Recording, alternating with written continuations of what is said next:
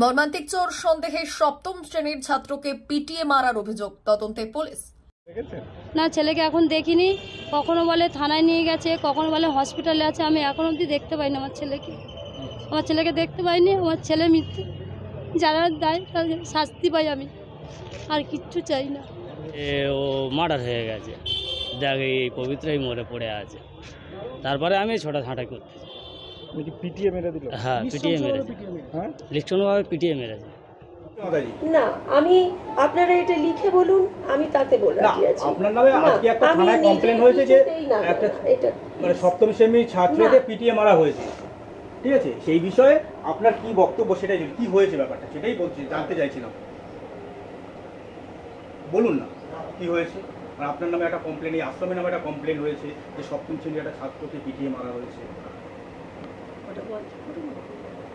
এটা চালাকি করছেন আপনি বলুন না। ওর সাথে কিন্তু আমার অন্যরকম রিলেশন। আপনি কি হয়েছে বলুন। আমি বলবো, ওটা একটু বন্ধ করুন, আমি বলবো। আচ্ছা, আপনি নরমাল একটুখানি বলুন না। আচ্ছা, শুনে নিই আমরা। এটা ঠিক হচ্ছে না। না, আপনার নামে না, আপনি ওটাকে বন্ধ করুন। আমি বারবার বলছি বন্ধ করতে, আপনি আমায় সহযোগিতা করছেন না। আপনি মোবাইল কাটতে পারেন না। না, আমি কিন্তু এই মোবাইলটা ভিডিও করব। মোবাইল আপনাকে দিয়ে দেব।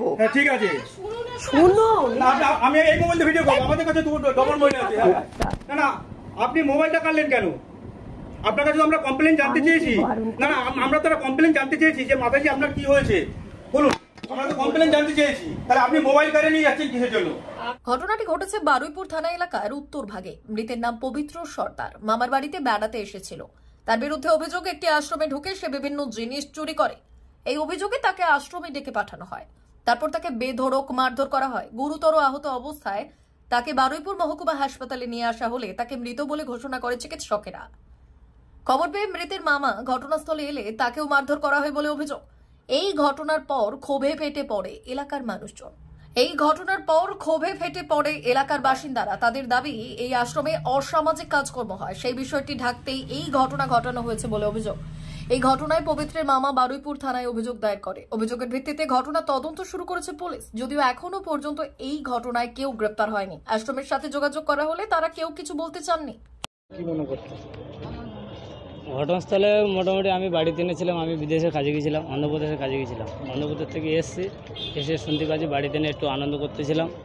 তারপর খবর এলো যে আমার ভাগনাকে ধরে আশ্রমে নিয়ে এসছে।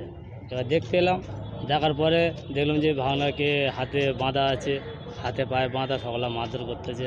ওখান থেকে জিজ্ঞেস করেছি আমি। এবার বললাম যে দেখো কী ব্যাপারে, বলে চুরি করে জানলে তোদের জন্য কি মান সম্মান যাবে, এরমভাবে বলে আমি বেরিয়ে আসতেছি। মাতাজিও আমাকে মারধর করলো, বলে তুইও চোটের সামিল আছি বলে আমারও মারধর করে বাইরে বার করে দিল। আমাদের দেশের ছেলেরা আমারও টেনে এনে বাইরে বার করে নিয়ে চলে গেল। তারপরে সকালবেলা ঘটনা শুনতে পাচ্ছি যে সবাই বলে যে থানায় দুজনা তুলে নিয়ে চলে গেছে। ভালো কথা। তারপরে খানিকক্ষণ পরে শুনতে পাচ্ছি আমার ভাইপো বলতেছে যে ও মার্ডার হয়ে গেছে, দেখ এই পবিত্রই মরে পড়ে আছে। তারপরে আমি ছোটাছাঁটা করতেছি। পিটিয়ে মেরে দিল? হ্যাঁ, পিটিয়ে মেরেছে, লিখনভাবে পিটিয়ে মেরেছে। কি চাইছেন এখন আপনারা? কি চাইছেন? আমি চাচ্ছি যে মানে আমি পুরো শাস্তি চাই। সাধু সর্দার। কি বলে ডেকে নিয়ে গেছিল? আপনি বাড়ি ছিলেন? আমি বাড়ি ছিলাম না, আমি কাজে ছিলাম। আচ্ছা, এবার কখন গেছে আমি তাও জানি না। ওটা হয়েছে দমদমা, ওটা আমার বাপের বাড়ি। এবার বাপের বাড়ি আমার আজ সকালবেলা আমার ছেলে কি বাপের বাড়ি থাকতো? না, বাপের বাড়ি থাকতো না। তাহলে মামার বাড়ি গিয়েছিল? মামার বাড়ি গিয়েছিল। আচ্ছা, তারপর? এবারে থাকতো আমার সকালবেলা আমার এক ভাইপো আমাকে ফোন করে বলছে কি, পিসি পবিত্র এইভাবে মার্ডার করেছে। আমি কোথায়? বলে আশ্রমে। আমি তখন ছুটে, আমি আর কিছু তো জানি না, আমি তখন ছুটে এসেছি। আমার ছেলের মৃত্যু দায় শাস্তি যেন আমি পাই তাদেরকে। কেন মারলো, কেন, কি শুনলেন? আমি অত জানি না। আমাকে আমি তো বাড়ি থাকি না, আমি কাজ করি। কিভাবে ডেকে নিয়ে গেছে ঠিক আমি নিজেই বলতে পারছি না। মানে আপনি কি কিভাবে, আপনি কি করে জানলেন যে ও মারা গেছে? আমি মারা গেছে মানে আমার ভাইপোরা কিসে দেখেছে, আমার তো ছোটো মোবাইল, আমি তো জানি না। ওরা কিসে দেখেছে, দেখে আমাকে ফোন করেছে, আমি সেইটুকুনি জানি। ছেলেকে দেখেছেন? না, ছেলেকে এখন দেখিনি। কখনো বলে থানায় নিয়ে গেছে, কখনো বলে হসপিটালে আছে। আমি এখন অবধি দেখতে পাইনি আমার ছেলেকে দেখতে পাইনি। আমার ছেলে মৃত্যু, যারা দায় তাদের শাস্তি পাই আমি। আর কিচ্ছু চাই না।